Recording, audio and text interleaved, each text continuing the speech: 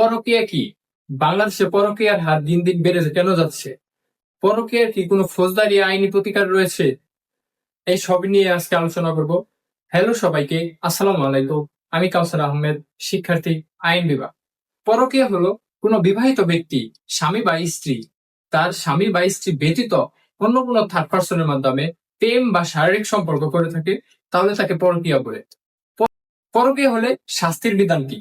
2025 সালের দণ্ডবিধি 497 ধারা অনুযায়ী পরকীয়া হলে অবশ্যই শাস্তির বিধান রয়েছে। তবে সেটা নির্ধারণ করে স্ত্রী মতের উপর। স্ত্রী স্বামীকে শাস্তি প্রদান করবে বা করবে না তার মতামতের উপর সম্পূর্ণ নির্ভর করে।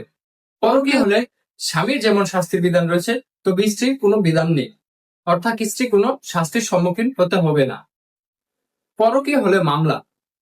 স্বামী বা স্ত্রী সরাসরি পরকীয়া হলে সরাসরি কোনো মামলা করা যায় না, তবে তাদের জন্য শাস্তির বিধান আলাদাভাবে অবশ্যই রয়েছে। আমাদের গ্রাম বা শহর অঞ্চলে বিভিন্ন দরবার বা অভিজ্ঞ মানুষের দ্বারা, যারা বয়স্ক মানুষের দ্বারা, তাদের মাধ্যমে শাস্তি প্রদান করা হয়ে থাকে।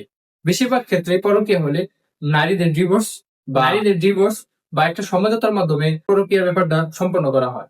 তবে বিয়ে গোপন করে পরকীয়া করলে এতে 10 বছরের জেল এবং শাস্তির বিধান রয়েছে। এই ব্যাপারটা অবশ্যই উল্লেখযোগ্য। সর্বোত্তম পরকীয়ার কারণ হলো একাকিত্ব এবং মানসিক শূন্যতা, ঝগড়া বিবাদ বা সম্পর্কের টানপোড়েন, শারীরিক এবং মানসিক অশান্তি। সবচাইতে উল্লেখযোগ্য কারণ হচ্ছে বর্তমান যুগের সোশ্যাল মিডিয়া বা যোগাযোগের সহজলভ্য কারণ। তবে কিছু কিছু ব্যক্তি যারা সবসময় নতুনত্ব খোঁজে, তাদের জন্য পরকীয়াটা একটা রীতি হয়ে দাঁড়িয়েছে। পরক্রিয়া হলে করণীয় কি? সর্বপ্রথম পরকীয়ার কোনো আভাস পেলে অবশ্যই স্বামী স্ত্রীর খোলামেলা কথা বলা দরকার। তাদের সমস্যাগুলো তোলা দরকার। তাদের কোথায় সমস্যা সে বিষয়গুলো অবশ্যই জানা দরকার।